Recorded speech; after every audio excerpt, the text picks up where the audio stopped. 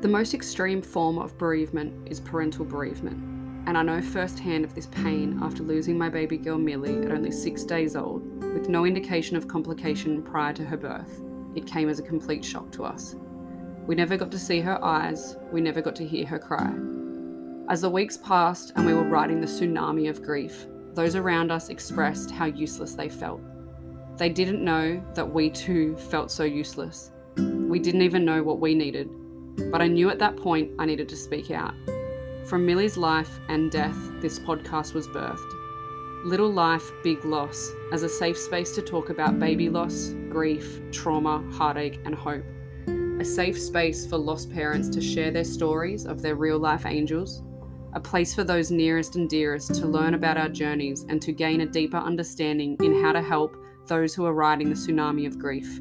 Welcome to Little Life, Big Loss.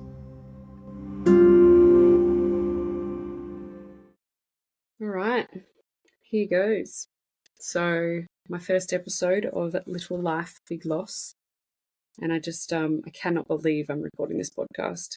I've got another podcast channel, The Evolved Lifestyle. And on those podcasts, I've shared lots of my story in the past. I've shared my trying to conceive journey. I've shared about my endometriosis, being diagnosed with endometriosis. And now I've started this new podcast. So it is called Little Life, Big Loss because we just sadly lost our daughter. So I just thought I'll start a whole new channel purely as a space for lost parents to share their story of their babies. And I guess so I just thought, the first episode needs to be my story and why I would start such a podcast. And so the podcast is going to be predominantly, I would say, me interviewing parents who have been through the journey of losing a child. And so I think it's only valid that the first episode be me sharing my journey, and I'm not going to do it in an interview style. I just wanted to share what's happened for us, sharing my story about our little Millie. I've shared a lot of it on social media already, but I guess I haven't shared from beginning to end. And I know that so far, I'm meeting up with people to have coffees with friends who have lost babies, and I'm just so intrigued. I'm tell me everything. So for us, my husband and I, Dylan, we started trying for a baby in November 2019, and we actually fell pregnant straight away the second month of trying. We got that positive pregnancy test and was so excited. And I say now that I probably didn't appreciate it as much as I should have. I did. We were so excited. But when we lost the baby, only 6 weeks later, I was like, whoa, a miscarriage. Okay. And then very quickly learned how common miscarriage is. And then never in my wildest dreams did I think it would then take us 2 years to fall pregnant again. So we went on a trying to conceive journey. We actually even broke up for 6 months not long after that due to a lot of other things that were happening in our life that I didn't realize were impacting us so much. So I see the blessing there in what had happened. We had a lot of growing to do as individuals. Both Dylan and myself, we weren't married at that stage. And so we broke up for 6 months, and I so badly wanted to be a mum. I actually inquired and started the journey of IVF. And I initially went in to freeze my eggs. And I went down that path. I was like, I'll freeze my eggs. I don't know what's happening with Dylan and myself, but I just knew I wanted to be a mum. So when I went in and I had all my tests done, they were like, actually, your eggs aren't good enough to freeze.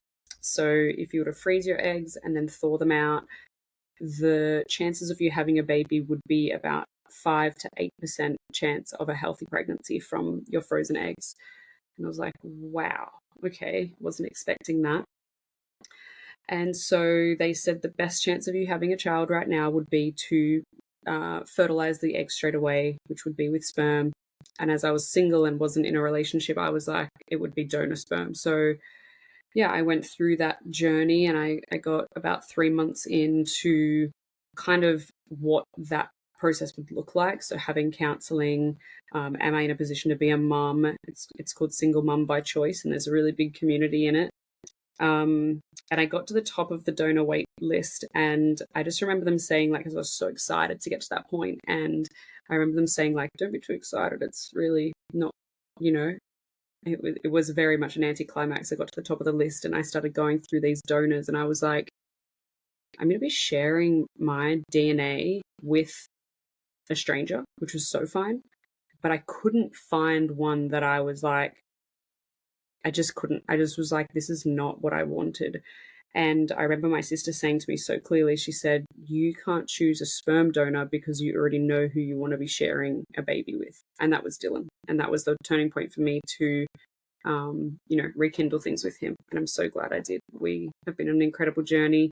We got married in March 2023, just this year. And we were actually 22 weeks pregnant at our wedding. We had a gender reveal. It was beautiful. But let's go back a little bit. So we got back together in the October 2020, and just started to try to conceive straight away again, because obviously we'd already started prior. We knew we wanted to have babies together. We knew we wanted to be together. And that journey just seemed a little bit harder than what we had anticipated. So kept trying to fall pregnant. Each month it wasn't happening. If you're over the age of 35, they say to just try for 6 months. And if it's not working, you go get checked out. If you're under 35, they say keep trying for 12 months and then go get checked out. So we moved to the Gold Coast in the March of 2022. And at that point, we'd been trying to fall pregnant for over a year now. And so I just went to the GP and I was like, hey, look, we've been trying to fall pregnant for some time now. I'd already made an appointment to see Dr. Ong, who was an IVF specialist, but I needed a referral. So I went to this GP. I said, hey, I need a referral to see him. And she said, that's great. I'm all well and good. I'm happy to give you the referral. However, let's do this, this, and this first to see why is it that you're not falling pregnant. And so she sent me for something that was called a Hycosi. A Hycosi is where you go in and they flush your tubes out. Essentially, you're more fertile. You should fall pregnant after this. But when I went in for the Hycosi and they went to flush my tubes out, they couldn't. And the sonographer asked me if I'd ever heard of endometriosis or if I'd ever spoken to a doctor about endometriosis. No. And so the sonographer calls the doctor in, and the doctor comes in and she says, I can't move your bowel and I can't flush your tube. She said the only way this could be possible is if you have stage 4 endometriosis, which is deep infiltrated endometriosis. And normally they can't diagnose you in one of these appointments, but mine was so bad that they were able to basically tell me that it's very, very likely, or probably the only thing that could be wrong, right? So luckily I already had my appointment with Dr. Ong. And when I went in with him, he had all of the tests, he had all of the scans and things there. And he booked me in for laparoscopic surgery and I think it's called histoscopy, which is basically the removal of endometriosis.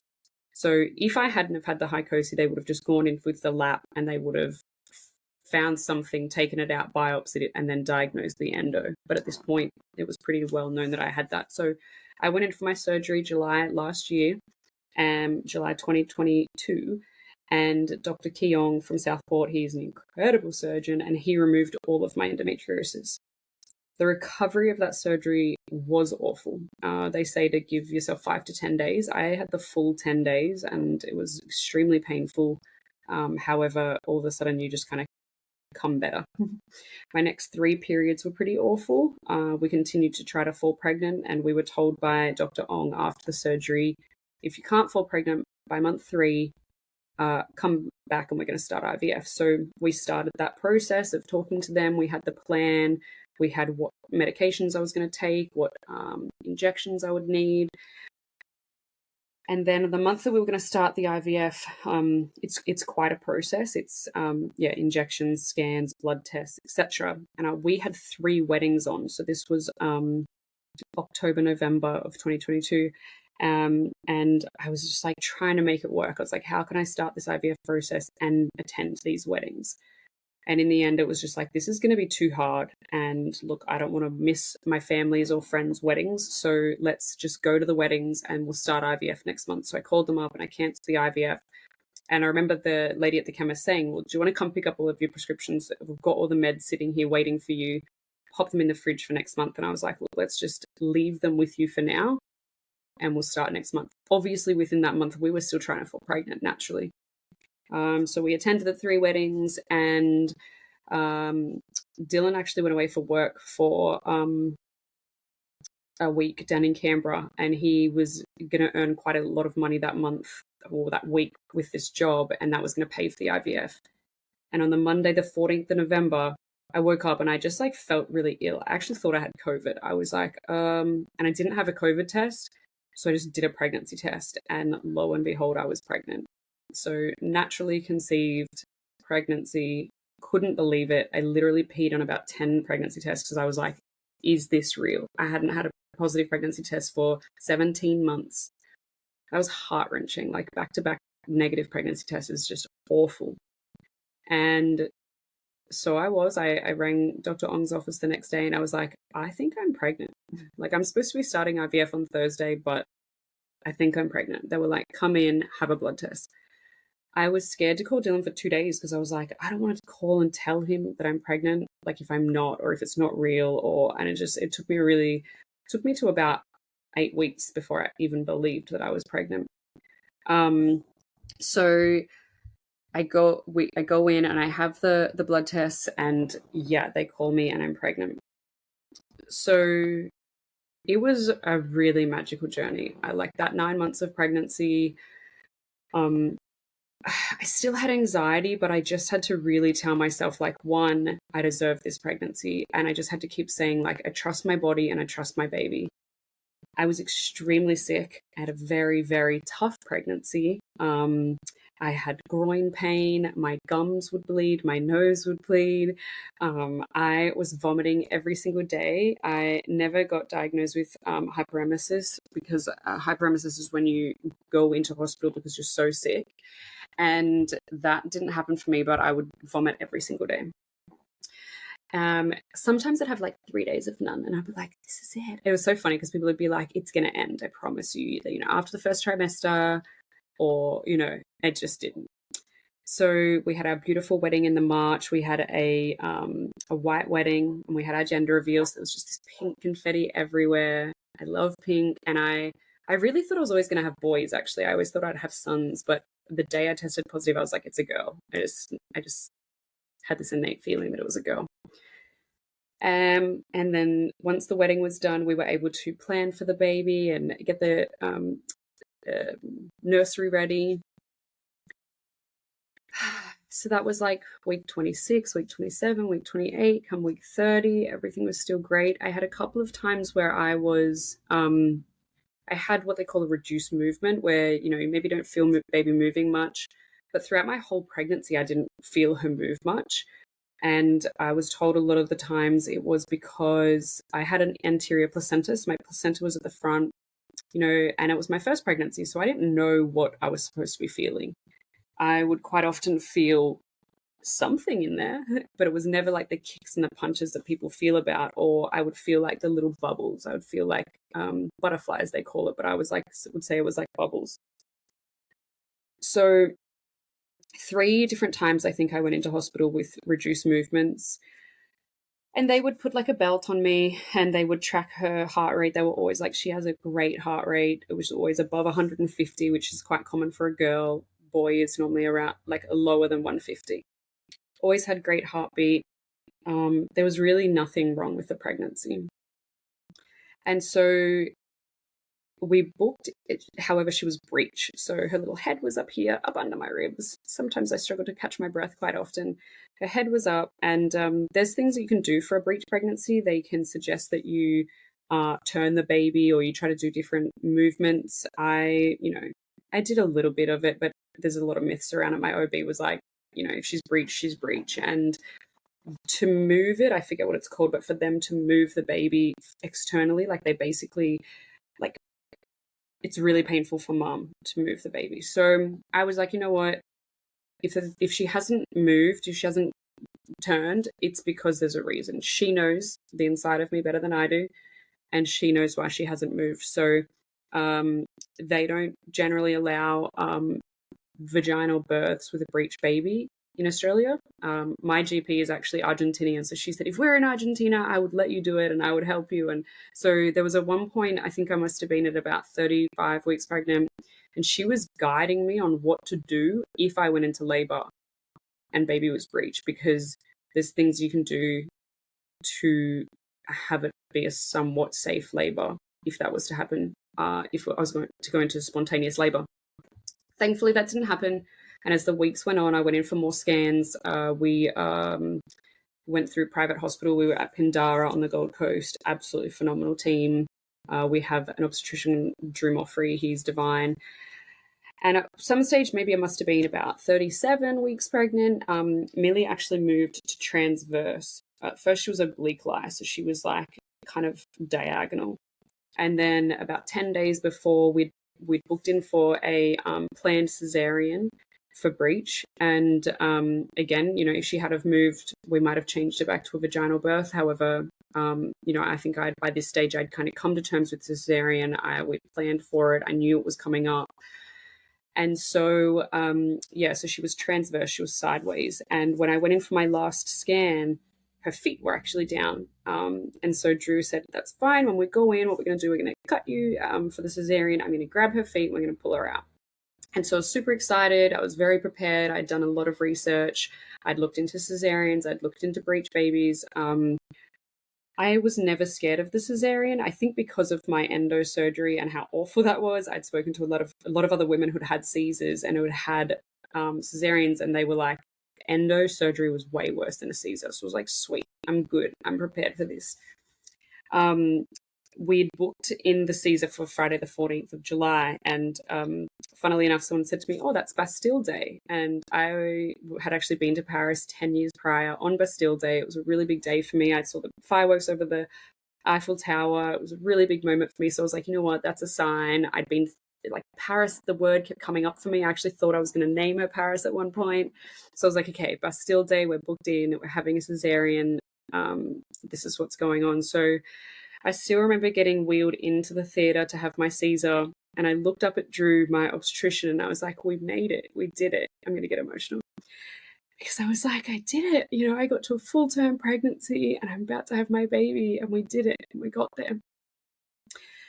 So you can make a playlist before you go in for any labor or cesarean, and I had my playlist there, and it was called Birth of Bubba, and I had lots of Christian music in there. I love Christian worship music, and had my playlist. And I remember making the playlist during the week, and I remember thinking, I wonder what songs will be on, you know, during the birth and like later. And there's a song called Same God, and it was playing, and just as Drew went to cut me open. So it was a maternal assisted C-section as well. So I was in the drapes. The plan was to, as she's coming out, the mum grabs baby and puts her on your chest, because, you know, it's just a really beautiful way for the mum to be involved in the cesarean and be able to have that skin to skin when they're first born. So just as Drew's about to cut me, he actually grabbed my hands, he touches, he says, not many people are able to feel their uterus, or say they have. So, you know, being in a maternal assisted, you're in there, you're in amongst it. And anyway, Drew looks up to the obstetrician and he says, breech, like as in like just a warning. This is a breech birth we're about to do. Should have still been super smooth. You know, breech isn't super common, but it's not uncommon. So he cuts me open, goes to go in, and feels for Millie, and her legs weren't where he thought they were. She had moved, she'd turned up, so her little legs were up under my ribs, and all he could feel was her back. Again, I've since learned that's not super uncommon. It's not a great position for them to be in, but it's basically spine to him. And he goes to feel in, and he couldn't get her legs. He couldn't grab hold of her head. He felt an arm, and he went to pull it out, but it would have hurt her. So he put that back in. And then he called out the anaesthetist, and he said GNT spray, which is a spray that they can use as almost like an intervention to help my uterus relax to try to get her out. He couldn't get her out. And at this point, I could see this was just before he asked for the GNT spray, actually. I started screaming and I started saying, like, why can't you get her? Like, I was like, Drew, what are you doing? Why can't you get her? And I remember it was either Dylan or one of the doctors saying, what's wrong? Like, why? Like, what's wrong? You're okay. And I was like, I can see it on his face. And I could see on the obstetrician's face that there was something wrong. And he couldn't get her out. So we've since had a debrief with Drew, and he said he basically like felt up her spine, he felt her head, he could feel where she was, but he couldn't get her out. So he calls for the GNT spray. I think that's what it's called. Spray it under my tongue, and the anaesthetist says to me, this is going to make you sick or it might give you a headache. I've got to do this. So under my tongue, spray. It didn't work. Under the tongue, did it again. And at that point, I didn't know at the time, but I found out later they had to cut my uterus in a T incision to get her out. And the next minute he pulls her out. He pulls her out by the legs, then her bum, and then her head. And we later on worked out it was actually 11:11 that this was all happening. And I'm like screaming and I'm like, just yelling, is she breathing? Is she alive? And they pull her out. And she was floppy. She had no muscle tone. And Drew recalls now that it was actually the shape of her head that alerted him that there was something wrong. And he put her on my chest for all of about 2 seconds. And then he put her straight onto the resus table for the pediatrician to work on Millie. And at this point, Dylan so beautifully, he hadn't done any research about cesareans. He didn't know what to expect. So he's like, she's here, babe. She's here. Did you see her hair? She's okay. And I was like, I knew that she wasn't I knew that she wasn't crying and she hadn't opened her eyes. And I just knew something was wrong. And obviously they'd put her straight on the resus table. We didn't get our skin to skin. She hadn't cried. And I just remember laying there and they're stitching me up. And I look over and I can just see the pediatrician's back, and I could see the nurses and the midwives looking up at him and looking down at Millie, and I could just see in their face they were thinking, what is wrong? Like, they called out that she had a heartbeat and she was breathing. Hallelujah. I was like, thank God. Like, that's all, I just wanted that. I wanted her to be breathing and I wanted her heart to be beating. And so the doctors continued to stitch me up. I'm like numb from the chest down because I'd had the spinal. And then at this point, they came over and they said, we're going to take Millie to NICU and Dylan's going to come with us. So they took my husband up with Millie and they took her up to NICU. They continued to stitch me up. And I remember laying there. I was so sick. I was shaking. I was vomiting. Was it from shock? Was it from trauma? Was it from the GNT spray? I'm not sure, but I was very unwell. I was just so sick. And the beautiful, beautiful staff, the doctor was wiping my mouth. The doctor happened to be Dylan's cousin's best friend. So, of course, she was just so divine. My anaesthetist was gorgeous. Like, we had such a beautiful team. And they stitched me up. And I just remember at the time thinking that felt like they were wrestling a crocodile inside of me. Like, it was just such an awful, awful experience. I can't compare it to any other Caesar. I don't know if that's what it normally feels like, or whether it was, Drew unable to get her out. So they take me to recovery. They take Dylan to NICU. At that point, that's when they said, what's her name? And Dylan said it was Millie, which was a name that we'd been toying with for quite a while. So Millie, Rose, Remedy, Everard. Millie meaning gentle strength. Rose is the epitome of beauty. Remedy means cure. Remedy, cure. And then Everard means brave bear. So little did we know when we named her. We'd decided on that name the week before, and we just had no idea how perfect that name would be for her. So they take me into recovery. I was so sick. I was shaking. And I know that shaking after a Caesar is very common. You're just like uncontrollably. It's an awful feeling.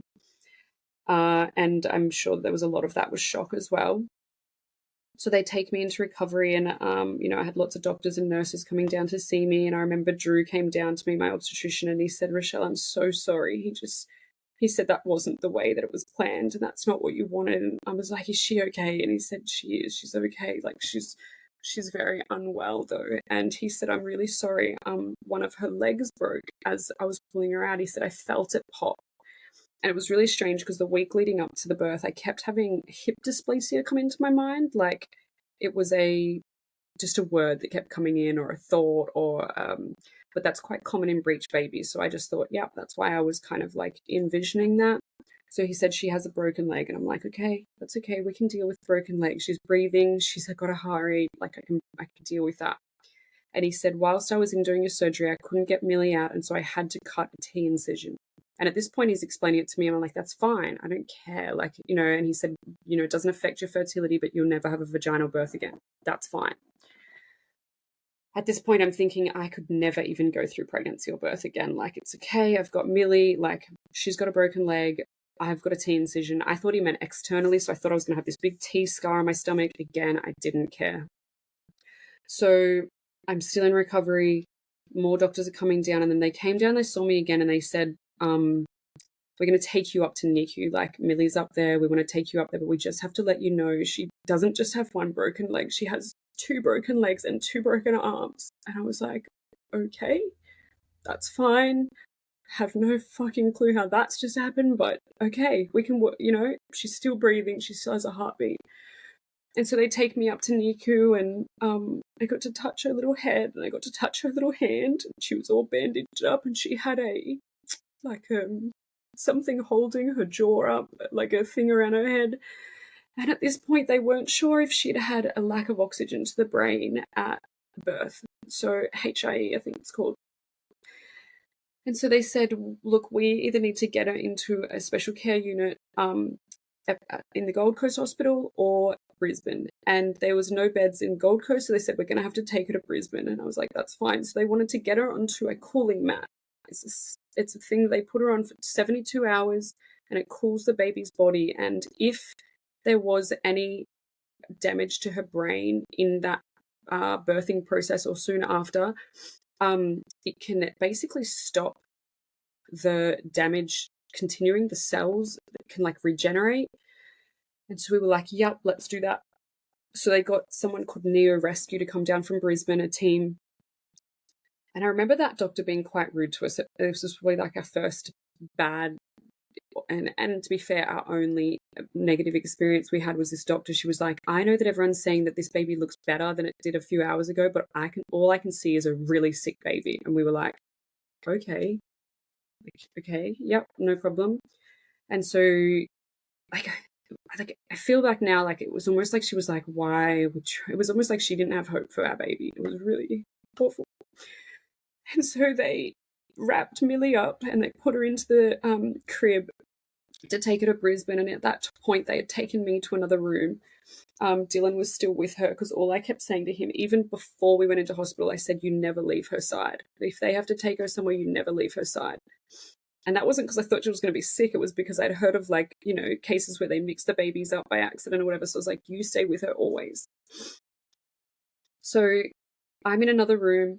They take Millie to Brisbane, and at that point, they were wheeling her out. She opened her eyes and just looked at Dylan and closed her eyes again. And never did he realize that that was going to be such a beautiful, significant moment, and that she actually wasn't going to open her eyes again. He was not going to see her eyes. So they transferred her to Brisbane to the critical care unit, and they transferred me in a separate ambulance, and Dylan drove up in his car. And so we get up to the hospital. This was the Friday the 14th. This is still the Friday night. And so they got her onto this cooling mat. They said they had to get her on there within 6 hours of birth. When we look at the timing, did they get her on exactly 6 hours? I'm not sure. Is that super critical? Not sure. So the next 72 hours was like super critical. It was like we were told 3 things. If she has there's stage 1, 2, and 3 of if she had this HIE, the potential brain damage. Stage 1 is there might not have been any damage, and that means that she's fine, but she probably wouldn't have needed to be on the cooling mat. Stage 2 is 70% of babies come out okay, maybe just with like future physical needs. Stage 30% come out where they need a lot of physical help, but they're still good.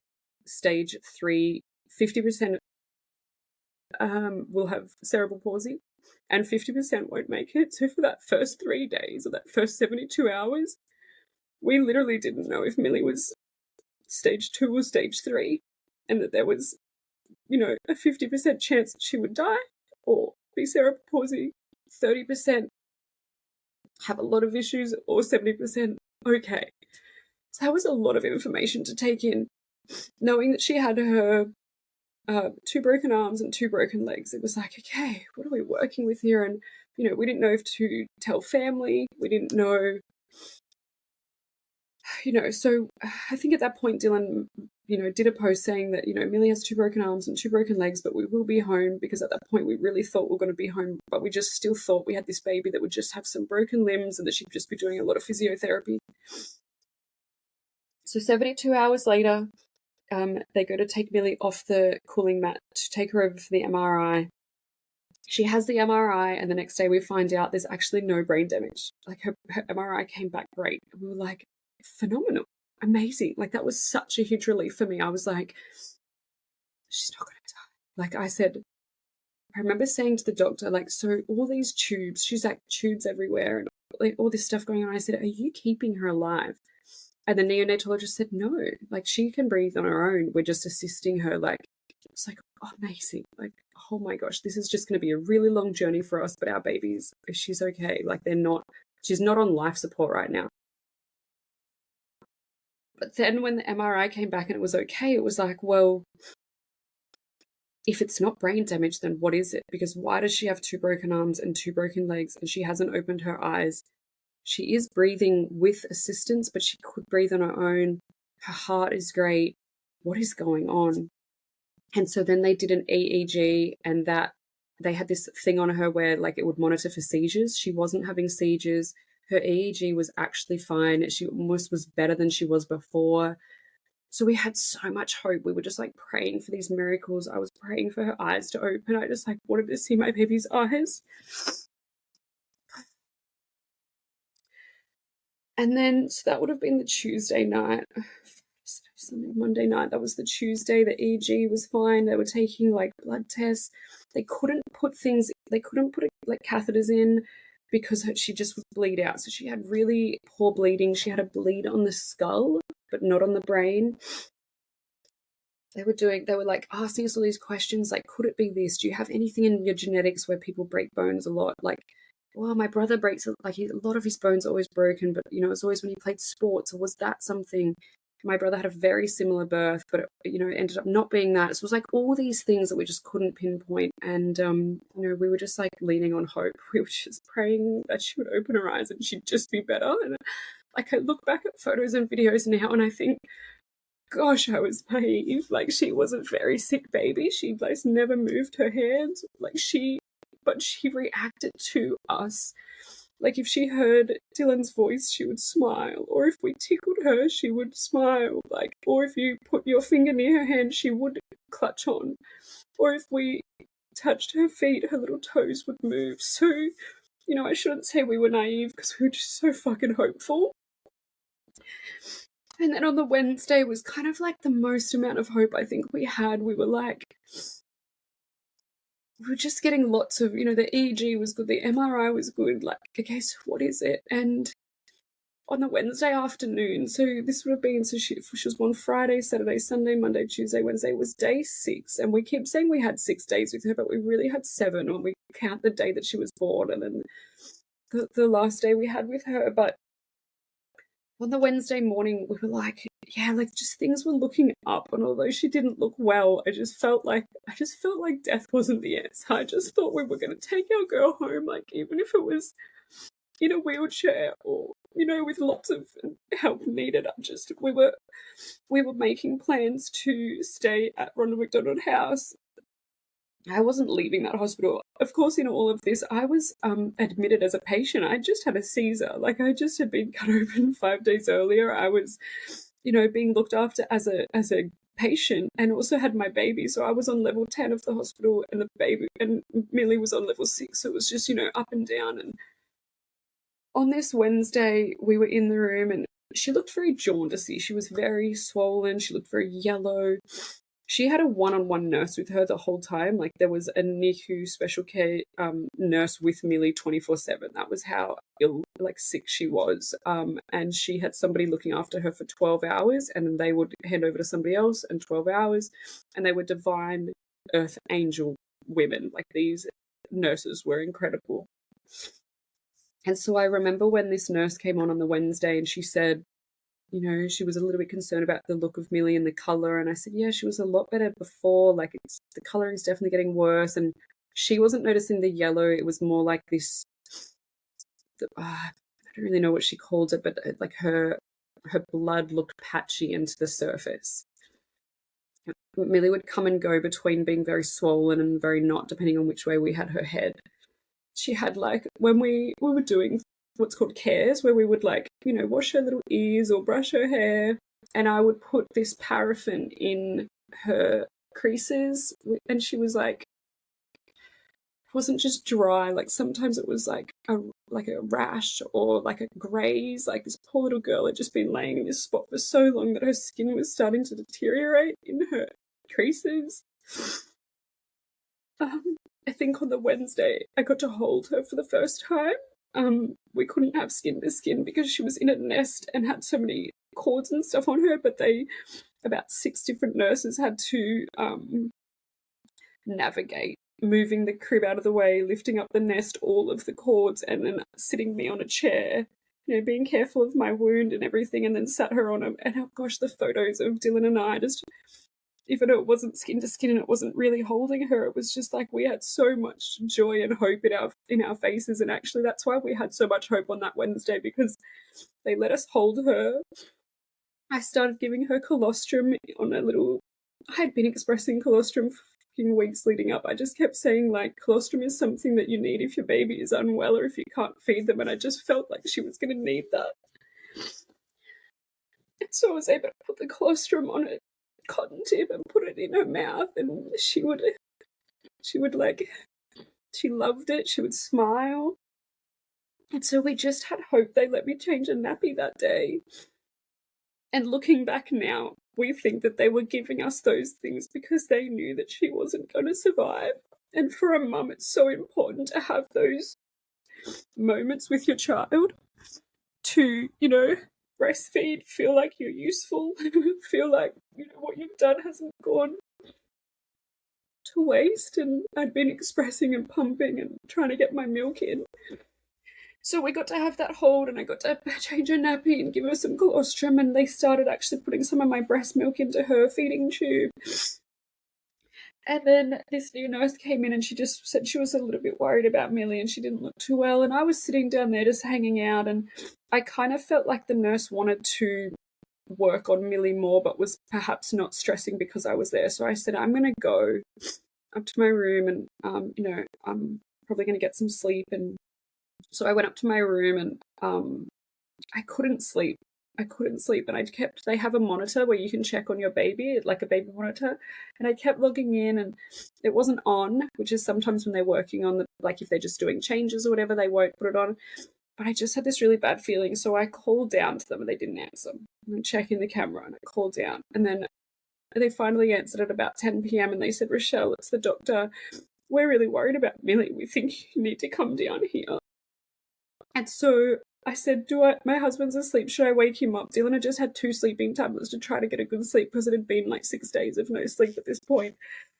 And she said, I think you should. And so I waked Dylan up. I said, we have to go down there. There's something wrong with Millie and they're working on her.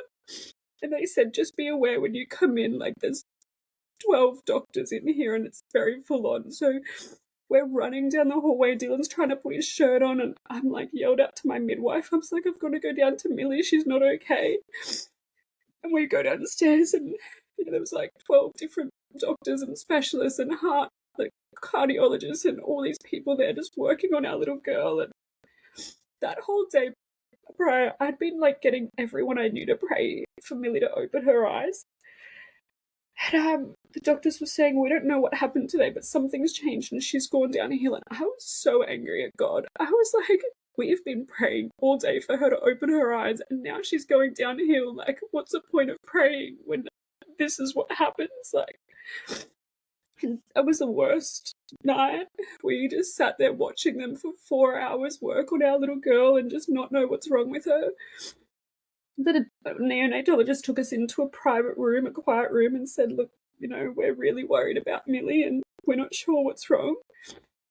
We had some exceptional doctors come across from the children's hospital. Like, they were getting out of bed. You could tell people were dragged out of bed to come in and look after her or see what was wrong. And so they found fluid around her heart, and they were all brainstorming, these incredibly intelligent, beautiful staff. Like, they were so lovely. And this one doctor, he came in and he was the head cardiologist, I believe, from the children's hospital. And he said, look, Millie is very sick and we're very worried about her. He said there's fluid around her heart, and whilst we don't think that's what's causing this problem, we can't remove it, because if we do operate on Millie, she will bleed out. And so we can't risk hitting her heart and we can't risk her bleeding. So we're not sure how we can help her right now. They said, where are you guys at with all of this? What do you think is going on? And we're like, we don't know. If you don't know, then we don't know. But I think at that point they realized that we had hope, but we weren't sure where we were at. And so so they pumped her with adrenaline and they pumped her with morphine, and they basically brought her back. And I do believe that they brought her back just so we could have one more day with her. And I think if we had have lost her that night in such a dramatic, traumatic way, I don't think we would have handled it at all. I definitely would have been angry at God. I definitely would have struggled to see the miracles. But they stabilized her that night, and Dylan went back up to bed, and it was about 2:30 in the morning, and I was like, I'm not leaving. So I slept on the armchair next to her bed. And in the morning, the nurse woke me up and she said, go up and have a shower and come back down and freshen up. The doctors will be in at 8:30. We've got some more results for Millie and we know more. And I was like, okay, amazing. Again, I had hope. So I went up and I had a shower and I said to Dylan, they know what's wrong with Millie. We've got to go back down and have a meeting with them. And we came back down, and I remember standing over Millie's crib, and the neonatologist came in. Her name was Elizabeth. And at first, I was a bit unsure about Elizabeth. She was very matter-of-fact, very, very intelligent, and just, looking after so many babies. There's 68 cribs in the Brisbane Mater Hospital. And she came in and she said, Millie caused quite a stir last night, didn't you, Millie? That was so beautiful to Millie, and the way that they spoke to her, and they loved her. And she said, look, with everything that happened last night and with the fluid around Millie's heart, we actually know, we're very suspicious that we know what's wrong with her. And because of this answer, we now know that so that you can have healthy babies in the future. And I said, but what about Millie? And she just looked at me and just said, I'm so sorry. And so they took us into a quiet room and had Dylan and I together and just basically said at this point that, they were suspicious that she had what's called CDG2, PMM2 type 1A. It's basically a super rare genetic disorder, and Millie had the most severe. So she had the brittle bones, she had the low muscle tone, she had the bleeding, she had all of it. She didn't have the seizures, which is something that would have come later if she survived. And then the fluid around the heart was kind of like the final piece of the puzzle. And they basically just guided us through the day of removing her life support, removing her oxygen. They had tried to the day before challenge her oxygen, so turn it down and see if she could breathe on her own. And they were some of the things that caused her to not be okay that night. So they realised that she can't breathe on her own.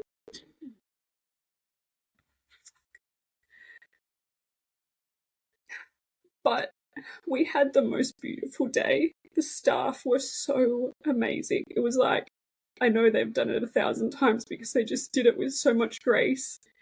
They guided us through, just everything. They said, do you want a photographer? And I would just look at my nurse and I would just shrug my shoulders because I didn't know what I needed. I remember I had messaged my sister already that morning saying, I need you here. She flew, she got off the bus to work, went home, got an Uber, got to the airport. Qantas got her a flight up here. And we just called family. We didn't even know what we needed. I don't even know what we did, but we just did it. And it was a beautiful day. We got to have skin to skin, and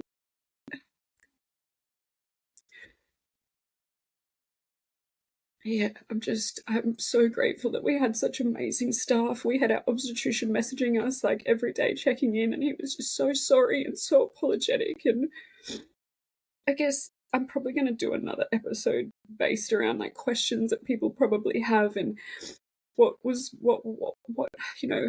we have looked out for things during the pregnancy, or I don't know, but there's so much more. But I just wanted to today share our story of Millie, like just how it happened, because I know so many people will be thinking, how on earth, we just had this perfect pregnancy, and then, sorry, I shouldn't blow my nose. But our final day with Millie was so stunning, and what I can say is if someone is going to go through this journey, just take so many photos and so many videos and have beautiful music playing and have whoever you can in the room and let them hold your girl. Like, let them just... So I remember that day when I found out the news, I messaged a friend and I said, what was that girl's name from Hope You See Church who lost her baby? Because I remember hearing this girl's story from years earlier. I was actually friends with her on social media, but I'd never spoken to her. And I remember her losing her baby, and I remember not long later she was on stage at church worshipping, or her husband was, and I just remember thinking, how do you worship God when you've just lost your baby? And I remember someone saying that, all the staff in the hospital just thought this couple was so gracious and so beautiful, and I was like, how? But when you're in it, like, you don't know how you're going to be, but we did have grace for this staff because they were so divine, and we did see the miracles, like Millie lasting 6 days or 7 full days meant we got the answers. And if she had have passed away at any of those times prior, like in the birth, if we didn't have such incredible team working with us at that point, if she had have died on the Wednesday and we didn't have the specialist bring her back, like, we wouldn't have got the answers that she has CDG, which now means that we can test our future babies to make sure that they don't have it.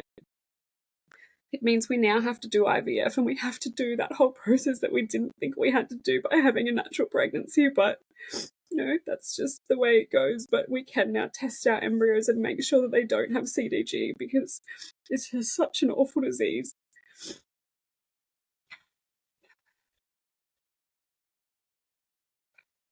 So I reached out to this Amy, this girl from church, and I just said, I just found out I'm not bringing my baby home. I said, how do I breathe? Like, how do I get through this day? And she just gave me the most beautiful advice. She said, just hold them and smell them and feel the weight of them on you, and just remember those feelings. And I quite often lay in bed and I just pretend that she's on my chest and I just feel the weight. And I use paraffin, the really medical smell of like this weird cream, because it just smells like Millie. I got one of my friend nurses to get me some, and I just smell it, and I put it on Dylan's hair so he could smell it. We just had beautiful worship music playing, and we just spent time with her, and we took photos and videos, and we had a beautiful photographer come. Her name was Elle, and she was from a volunteer company called Heartfelt, and they come and take professional photos of this exact thing. And I thought that would be weird at the time, but it's fucking beautiful. It's like these photos that are behind me are like the most precious things ever, and I just look at them all the time. I so often just lay in bed and look at them, and last night I laid in bed just watching all my videos and just crying. But I think it's so healthy.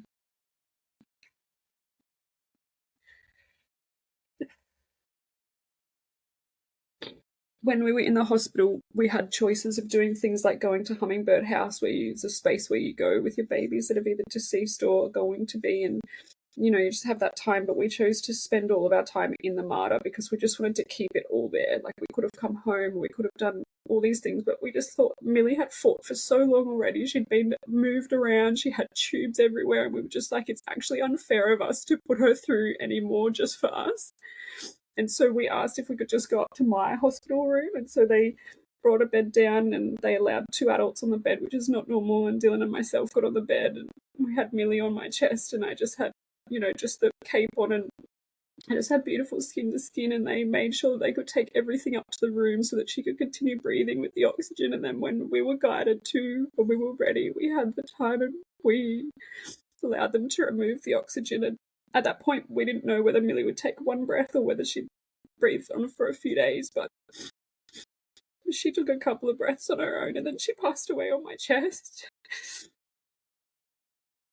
Which is so fucking special. Like, it's so heartbreaking, but I fucking cherish that so much. Like, a lot of people don't get that opportunity. Like, babies die in other ways sometimes, and I do feel blessed that I got to have that experience with her. And Dylan was on the bed with me, and the photographer was there, and the midwife, and then we bathed her, and then we dressed her, took her little handprints and footprints, and then we chose to leave. That was so fucking hard. To say bye to your baby and leave them at a hospital is fucking awful. And I'll just share this one last bit before I finish up, but we had the choice to see her again at the funeral home a few days later, and when we left Millie in the hospital, when they took her tubes out, the thing I wasn't expecting. I don't know what I was expecting, but I just hadn't thought of it, and they took the tubes out, and very quickly her colour changed, and she went back to that kind of jaundicey colour, and very bruised and very swollen, and her little mouth was open, and it was really awful. And we almost left a couple of times, and then I said to Dylan, I was like, no, we have to do this, and I just kept like speaking beauty over her. I was like, baby, you're so beautiful, because like I just didn't want her to go to heaven thinking that she wasn't. And that's when we bathed her and dressed her and stuff, and I just kept speaking beauty into her. Like, she was such a beautiful little girl, but that last vision of her looking like that was really hard. And like, when we came home, I went into shock and I was shaking, and I'm going, Dylan, just hold me and just hug me, and we went to sleep. But every time I closed my eyes, that was a vision I had of her.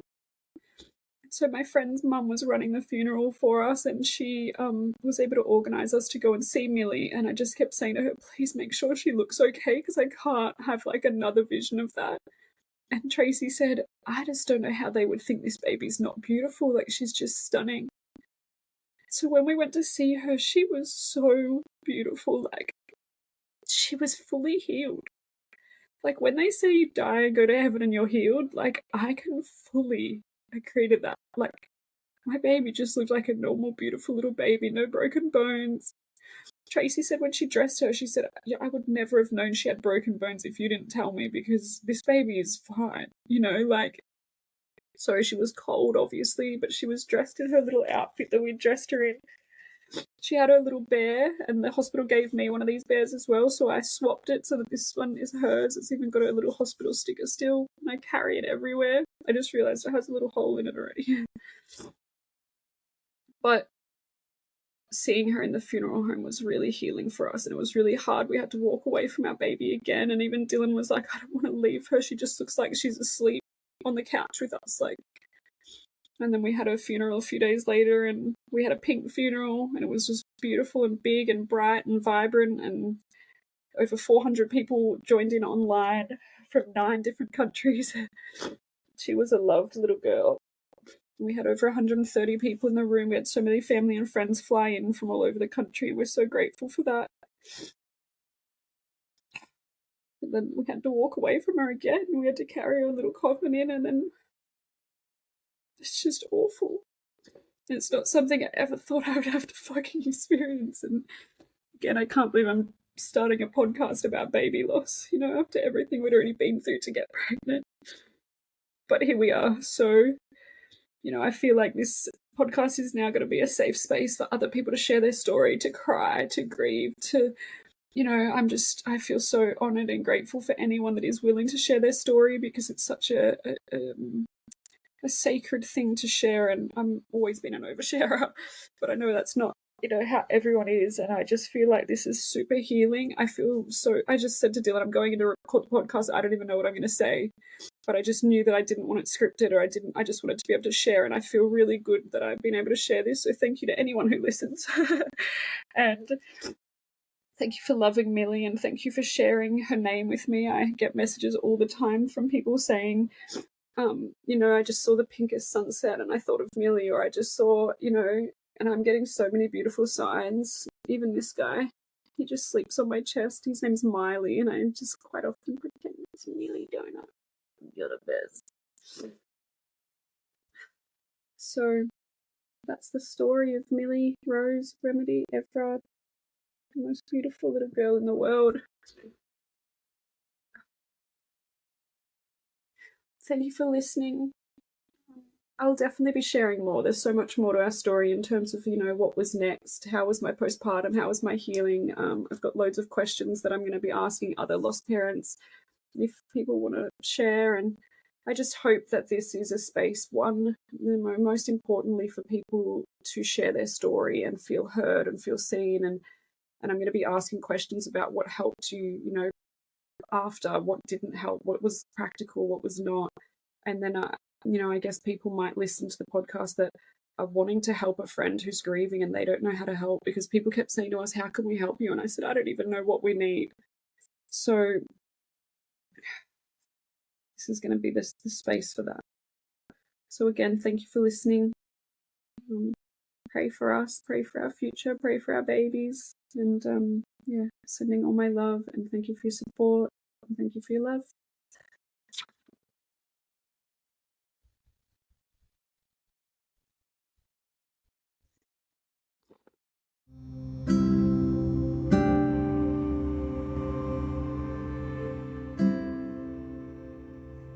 Thank you for listening to Little Life, Big Loss. If you are here because you've experienced baby loss recently or a long time ago, I'm so sorry. I know this pain will never go away. My heart breaks with you. This is a pain no one ever expects to endure. Or maybe you are listening because you have just found out your baby is unwell in utero, and now you have some really hard-hitting decisions to make. I am, again, so sorry. These are decisions no parent should ever have to make. I hope these podcasts can lighten the load just a little bit in ways to help understand what the road ahead might look like and what your options are. Remember, you always have options. It is your body and your baby. If you have never experienced the loss of a baby and you are here to learn, thank you. We want to be heard and listened to. You will help someone somewhere with the knowledge taken from these podcasts. If any of today's conversation has triggered any uneasy emotions for you, please contact Lifeline on 13 11 14 or lifeline.org. Another organisation working specifically with pre- and postnatal depression and anxiety is Panda. You can find them at panda.org.au. And remember, postnatal depression and anxiety does not discriminate. It can affect both men and women, mums and dads. Please seek help from your GP, a psychologist, your local hospital, a midwife, obstetrician, Lifeline, or Panda. Thank you again for listening. I love you and miss you, my Millie.